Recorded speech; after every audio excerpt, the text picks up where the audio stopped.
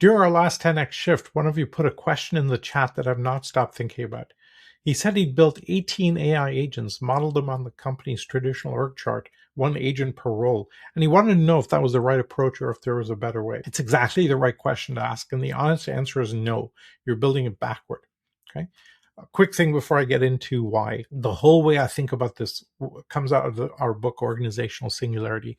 It's linked to in the description. The natural mistake that most people make is that you look at your company, you see the org chart, and it feels like the obvious blueprint. A sales agent, a marketing agent, a finance agent, you have an operations guy, one box, one agent. Someone else in that same session told me he'd wired up 47 agents that way. It feels organized. It feels like progress. And it's the most natural mistake there is. But here's the problem. Your org chart is not a map of your work. It's a map of your constraints. Think about why the organization chart exists at all. It exists because a human being can only talk to so many people, can only hold so much in their head, can only make so many decisions in a day. So we invented layers, managers to compress information on the way up, departments to split the load, handoffs to pass the work between people that can't all be in the same conversation. The org chart is the workaround we built for the limits of human coordination. Agents don't have those limits. So when you copy your org chart into your agents, one per box, you're not capturing your work. You're importing every workaround you ever built for a problem your agents don't have. The silos, the handoffs, the waitings, the exact place things get stuck today. You take the coordination cost that was already slowing you down and you rebuild it in software running faster. You've not built an AI native company. You've automated your bureaucracy. You've automated your bottleneck. So if the org chart is not the right thing, then what? You build around the work, not the boxes. Okay. You focus on the work that's being done. So the way you do this is you pick a workflow. You follow how value actually moves through it. What triggers it? What decisions get made along the way? What judgments have to be made? What has to be true for it to finish? What comes out the other end? Map that. That's the real flow, not the reporting lines. Then you design your agents along the steps in that flow. The org chart is only ever a proxy for the work, a rough stand-in. So stop building from the stand-in.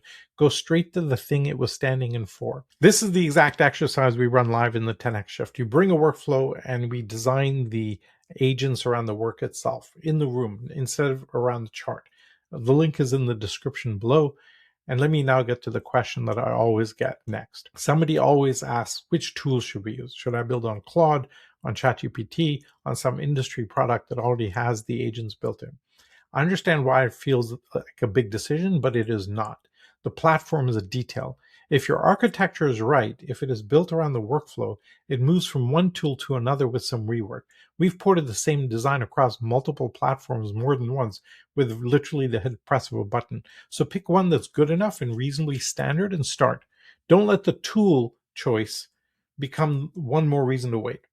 The design is the asset, not the tool. The tool is just where it runs. Now, let me be careful because there is one way to take this too far. I'm not telling you to throw out all structure. Build around the work because you still need somebody that's accountable. You need governance. You need a human being who owns the outcome. And when an agent gets it wrong, you need a human accountability. The point is not zero structure. The point is your structure should follow the work, not the old boxes. The human being, instead of being in the loop, sits on the loop, above the loop. Okay, go back to the way we used to do accounting. You used to do manual double entry ledgers, and then we automated accounting, and human beings don't do double entry accounting. They categorize, they problem solve, they do reconciliation, etc. Now, to the person with the 18 agents or the one with 47, the number is not the problem. The real test is whether each agent maps to a real step in real work or to a seat on a chart. If it's the chart, you've got some rebuilding to do. Far better to find that out now than after you've wired it into everything. We're here to explore how we shift our mindset, our organizations, and our systems for the future. If that matters to you, please like the video, comment below, and subscribe. It really does make a difference.